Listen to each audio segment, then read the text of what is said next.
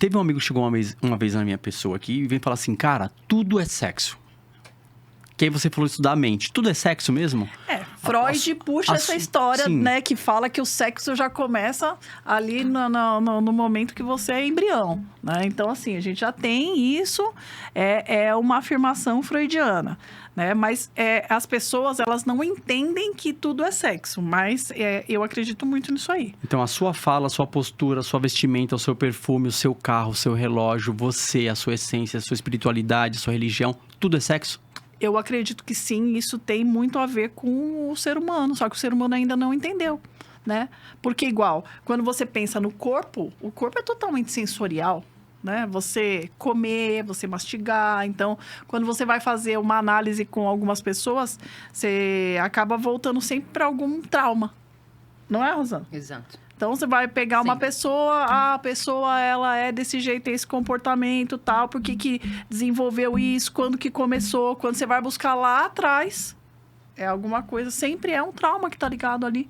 E vai refletir o impacto direto na vida sexual da pessoa. A pessoa fala, mas como assim? Vai refletir, não adianta, então é fato. E aí, algumas pessoas falam que não tem nada a ver, mas eu acredito que tem totalmente a ver pelos estudos científicos que a gente conhece e por todo o histórico de tantos estudos que a gente vê aí em todas as áreas, entendeu? Sim. Então, é engraçado. Ó, você quer uma coisa para se observar, que eu sempre falo? Observa uma mulher quando ela acabou um casamento que estava ruim, que não estava bom. Isso até com o homem também acontece, mas vou usar o exemplo da mulher. Um casamento péssimo, onde ela estava largada, abandonada, não se maquiava, não fazia um cabelo, não tinha aquela estima, né? Não se gostava, tudo tal. Ela acabou aquele casamento, ela vai ter aquela fase do luto, onde ela tá ali, né? Mastigando toda aquela situação e digerindo. De repente, quando ela começa a entender que ela tem força suficiente para retomar a vida dela, e quando ela conhece uma outra pessoa que faz ela se sentir amada, protegida, e que ela começa a ter orgasmo, essa mulher é transformada. A mulher, de repente, muda o vício da pele, o cabelo, essa mulher começa a ter outra postura, ela começa a se comportar diferente, o tom da fala, a autoridade, a segurança, tudo muda. Aí você fala, nossa, mas um orgasmo pode causar isso? O orgasmo é transformador na vida da pessoa. Transformador, ele pode transformar. Um orgasmo e uma ejaculação transforma o dia de qualquer pessoa. Eu posso provar isso. Quando você transa de noite lá, que você vai dormir, você já dorme mais relaxado, você dorme mais tranquilo, você esquece seus problemas. No outro dia, você acorda, você tá relaxado, você tá feliz, você tá endorfinado, dopaminado, entendeu? Você sai, que é outro ritmo.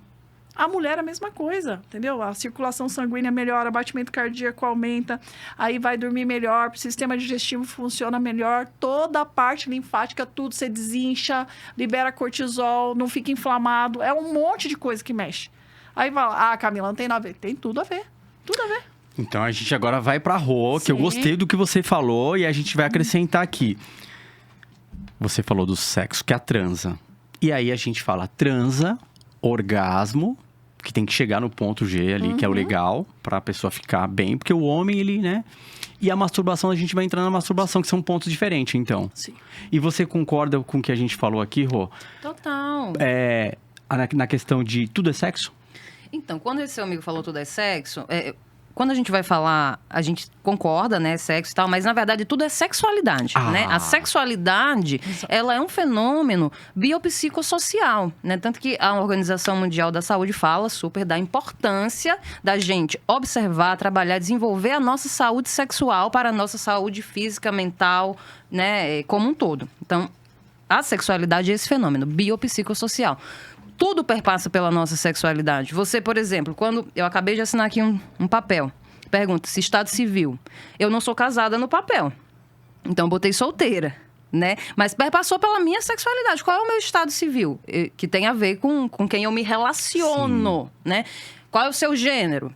tem a ver com a minha identidade de gênero, tem a ver com a minha sexualidade. Você tá entendendo? Tudo acaba perpassando pela nossa sexualidade. Então, no final das contas, tudo é sexo, vamos dizer assim. Agora, falando cientificamente, sexo seria o ato mesmo, né? O coito ali. Sim. E a sexualidade é esse fenômeno biopsicossocial que a gente expressa de diversas formas. Uma dessas formas é o ato sexual em si, né? O orgasmo, o prazer na cama. Mas não apenas isso. A gente está falando de sexo, sexualidade, saúde integral, né? Então, mente, corpo e no Tantra, a gente acrescenta também o espírito, né? A parte espiritual, no Tantra clássico, principalmente. A parte espiritual da coisa, que pode ser chamar também de parte energética, digamos assim. Mas tem tudo a ver. O problema é, a gente não olha para isso. A Camila falando na questão da saúde, então seria essa parte biológica, né? Dos hormônios que são liberados, aquele combo de hormônios do bem, do prazer, da felicidade, né? Dopamina, ocitocina, etc. Então, essa é a parte biológica. Mas tem o contexto social também que a gente precisa fazer um recorte. Por exemplo, se eu sou uma pessoa que, sei lá, tenho a minha identidade de gênero, eu nasci, né, num corpo feminino, com sexo feminino, mas eu me identifico com o gênero masculino, a minha sexualidade, a forma como eu expresso a minha sexualidade através da minha identidade de gênero, eu provavelmente vou ter um prejuízo social, né? Socialmente, ainda, infelizmente, existe todo um preconceito, é o país que mais mata pessoas trans no mundo, etc. Então, você está entendendo o recorte? Tem um recorte da nossa biologia, da nossa saúde que faz bem, a falta também que faz mal. Tem um recorte social, tem um recorte mental. Eu costumo dizer, né? Uma mulher sobrecarregada, nós, sexólogos, sempre dizendo, mulher sobrecarregada, mulher cansada, não tem desejo, não tem tesão.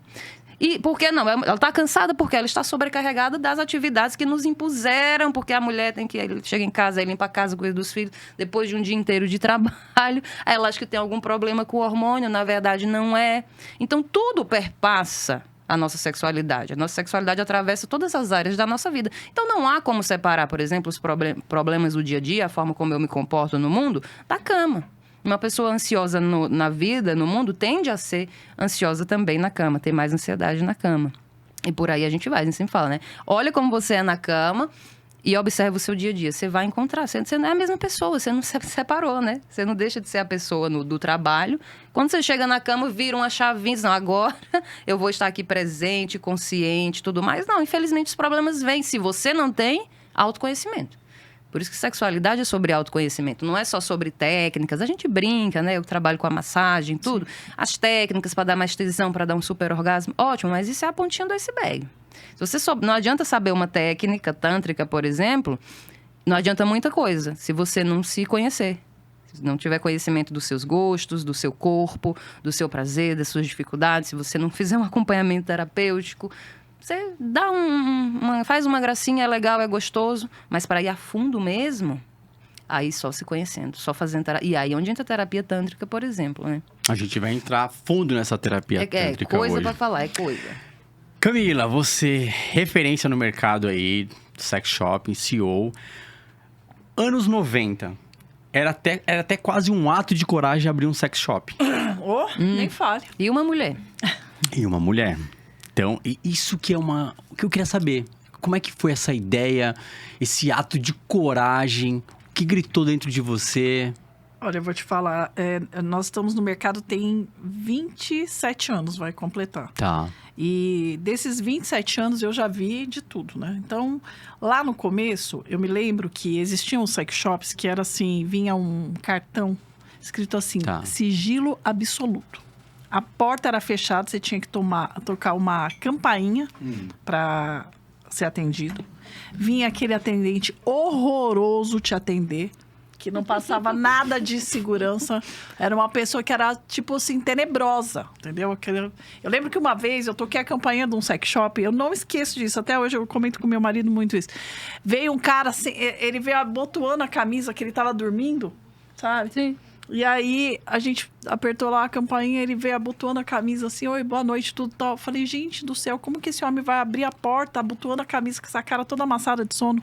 Então, antigamente, era muito comum, porque tava naquela área do proibido, né? De você tá lá, é um negócio que é sujo. Entra rapidinho, pega. Todo mundo desesperado, envergonhado. E os produtos eram horríveis. Você pegava uma prótese de um membro masculino, parecia aqueles braços de boneca de 1900 1970, aquelas coisas Nossa. cheias de resbarba, de rebarba de plástico. Plástico duro, não tinha um silicone regulamentado pela Anvisa, pelo FDA, né? Era um negócio horroroso, né? Os vibradores, você punha a pilha, fazia parecia que era uma britadeira, entendeu? É horrível. Então, o que aconteceu? Nós tínhamos uma videolocadora e alugava muito filme masculino. Filme de pornô mesmo. Sim, sim. E aí, o que foi feito? A gente pegou e abriu uma loja, alugou a loja ao lado, falou, vamos colocar só uma locadora exclusiva de filmes aqui do lado, porque daí não mistura muito com o público que aluga outros títulos e tal. E aí colocou, e automaticamente o pessoal, você não traz um negocinho assim, você não traz, você não... E foi colocando aquelas coisinhas lá, quando a gente viu, aquilo já tinha meio que se transformado num sex shop. E aí foi onde, isso era na Avenida São Miguel com a Águia de Aia, né? Juro, era ali. Era. Eu morei por ali um tempo. Há anos atrás. Essa loja existe até hoje. Ela foi vendida, mas é um sex shop lá até hoje, né? E aí, depois disso, a gente começou a abrir lojas e a loja era feia, não era bonita, era estranha, porque a gente estava aprendendo a lidar com aquilo, né? Um comércio totalmente aquém. Então, assim, foi um negócio muito pretensioso da nossa parte, né? Só que na minha chegada, o que acontece? Traz uma mudança onde eu tenho olhar de mulher. Eu venho de grandes empresas de tecnologia. Eu sou ex-funcionária da Google, da Microsoft e da Autodesk. Então, eu tinha uma formação muito corporativa. E aí eu venho com essa capacitação de comércio, de atendimento, de venda, de conhecer, de visitar, de saber como se portar com o cliente. E começo a ajudar a transformar esse atendimento, sabe? Tipo, não, isso aqui pode melhorar. E nesse inteirinho, os meus meninos, que são meus 2 enteados, porque nós somos... meu marido já foi casado, eu também, então eu tenho 2 filhas já adultas e ele 2 filhos. E aí os meninos foram estudar fora, ficaram um período em Londres. Quando eles voltaram, todos eles são formação de tecnologia. Eles voltaram e fizeram toda a informatização do negócio. E começaram também a mudar a forma, assim, letreiro, a identidade visual, tal. Trouxeram várias ideias. Então, eu entrei com essa parte comercial, com essa parte do atendimento, treinamento, comecei a olhar dados, tudo tal. Meu marido sempre foi o chefão do dinheiro, da administração, né? Meu sócio também, um baita de um administrador. E os meus meninos trazendo esse know-how de tecnologia. Então, acabou que foi aquele casamentão, sabe? E aí, a gente começou a modificar, vamos mudar, vamos estudar mais, vamos estudar um pouco de marketing, entender sobre cor, como que a cor vai bater lá na pessoa, tal, a identidade visual, o letreiro, o tipo de letra, tal, e foi modificando. Só que dentro disso aí, começou a vir dentro de mim uma inquietação de um negócio que aconteceu de uma mulher que entrou na loja, comprou o vibrador e falou pra mim, escuta, eu comprei o vibrador aqui, eu quero devolver. Paguei R$700 esse vibrador, eu quero devolver. Aí a vendedora me ligou, eu falei, mas qual que é o problema dela pra ela devolver? Ela falou que esse vibrador não dá orgasmo pra ela. Eu falei, como assim, minha gente? Não, esse vibrador não serve pra ela. Aí eu peguei e falei, me dá o telefone dela que eu quero falar com ela. Liguei pra essa mulher. Essa mulher foi a mulher que transformou a minha carreira. Ela transformou a minha carreira. Porque no momento que eu falei com aquela mulher, eu comecei a entender que eu precisava voltar para a escola, para a universidade. Então, eu já tinha formação, sou administradora de empresa de formação, não tem nada a ver. E marketing, nada a ver. Fui lá estudar sexologia. Fui lá voltar a fazer sexologia, estudar de novo. E aí, o que eu começo a entender? Como que é o funcionamento biológico, toda a anatomia, como que é a parte sensorial. Então, eu começo a entender que aquilo que a gente estava lá vendendo, aquele comércio todo, estava todo errado. E aí, eu começo a entrar na área da saúde, entender qual é o funcionamento, resposta sobre a vibração, como é que entendo que as pessoas começam a fazer xixi na calcinha, com escape urinário, que a mulher, quando o estrogênio cai, começa a ter ressecamento vaginal, começa a ficar sem vontade de transar, que a mulher, quando tem trauma, desenvolve vaginismo, ou ela tem ardência, que chama vulvodínia, ou ela tem pontos de dor dentro da vagina dela, lá na penetração, que isso começa a ser um sexo desconfortável, começa a ir para um outro mundo. Aí eu falo, cara, me achei. Entendeu? Aí a gente vai melhorando o atendimento, deixando cada vez mais especializado e começa a fazer o quê? a desenvolver uma linha própria de vibradores para atender os casais, porque eu começo a ver que o homem não aceita o vibrador em determinados formatos em cima da cama. E aí a mulher precisa do estímulo e o homem não quer aceitar aquela peça lá em cima da cama. E aí eu começo a falar, não, peraí, a gente precisa ajustar isso aqui. E aí hoje nós estamos aí, 28 lojas, né? Eu sou, acho que a mulher que mais participei de tudo quanto é podcast, né? Que quase toda semana eu gravo 2, 3 por semana. E aí caí na TV, né? Aí fui pro Bial. Depois que eu estourei no Bial, não parei mais. Então, quase que todo mês eu tô na Gazeta, Fala Que Eu Te Escuto, amanhã eu tô na Rede TV. E assim, constantemente caí na TV e a minha fala caiu no gosto do povo. Por quê? Porque eu falo de uma forma muito direta e objetiva sobre sexo, porque sexo é saúde. As pessoas precisam, assim como a gente escova dente, né, faz exercício físico, a gente precisa do sexo, precisa do orgasmo, né?